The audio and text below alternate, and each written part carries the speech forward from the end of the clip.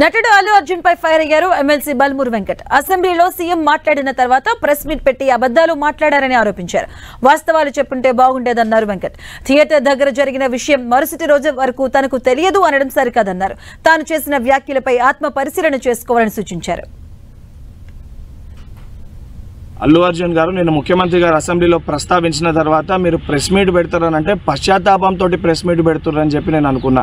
ఎందుకంటే సంధ్యా థియేటర్ సంఘటన జరిగిన తర్వాత ఆ సంఘటన మీ దృష్టికి వచ్చిన తర్వాత కూడా మీరు ఈ రకంగా మూవీ ఎప్పటివరకు చూసిర్రు, ఎప్పటివరకే క్లాప్స్ కొట్టిర్రు, వెళ్ళేటప్పుడు మీరు అభివాదం తెలుపుకుంటూ వెళ్ళినరా లేదా మీరు ర్యాలీగా వెళ్ళినరా, చాలా క్లియర్గా ఫుటేజెస్ కనబడుతున్నాయి.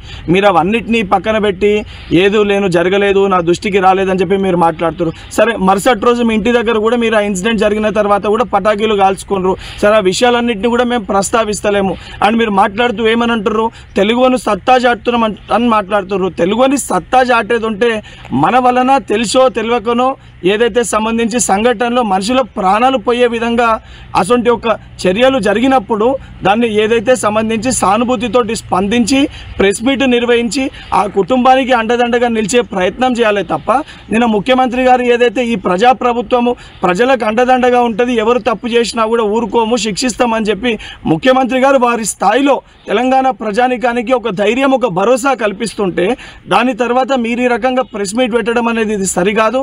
ఇప్పటికన్నా మీరు మాట్లాడిన మాటలపైన మీరు ఆత్మవిమర్శ చేసుకొని మీరు మాట్లాడిన మాటల్ని వెనుకకి తీసుకోవాలని చెప్పి డిమాండ్ చేస్తున్నా.